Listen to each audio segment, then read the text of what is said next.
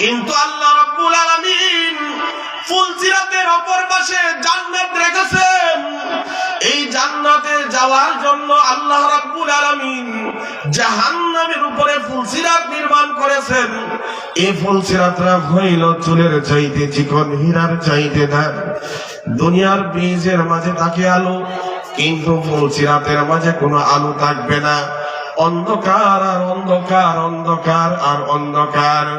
বলে ঈমানদার যখন এই ফুলসিরাতের মাঝে যখন উঠবে, তার ঈমানের আলোতে এই ফুলসিরাতরা আলোকিত হয়ে যাবে। সকলে জোরে সোরে বলি সুবহানাল্লাহ। দুনিয়ার মাঝে এই মানুষটা আমল করত, নামাজ পড়তো, রোজা রাখতো, তাহাজ্জুদের নামাজ পড়তো, সকাল বিকেল আল্লাহর নামের জিকির করত। মানুষটা তওবা করত, ইস্তেগফার